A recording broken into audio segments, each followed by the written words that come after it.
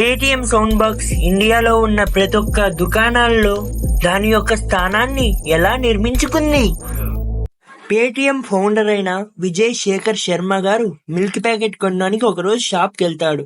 అక్కడ ప్రౌడ్గా అతను పేటిఎం పేమెంట్ చేస్తాడు.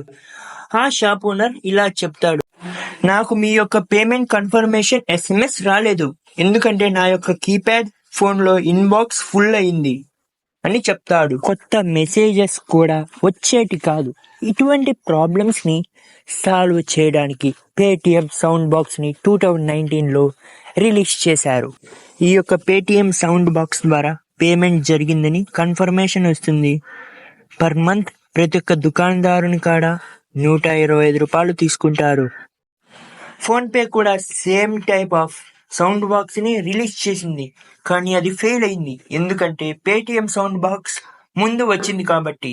ఇటువంటి మరికొన్ని ఇన్ఫర్మేటివ్ వీడియోలు కావాలంటే లైక్ చేసి ఫాలో కొట్టండి.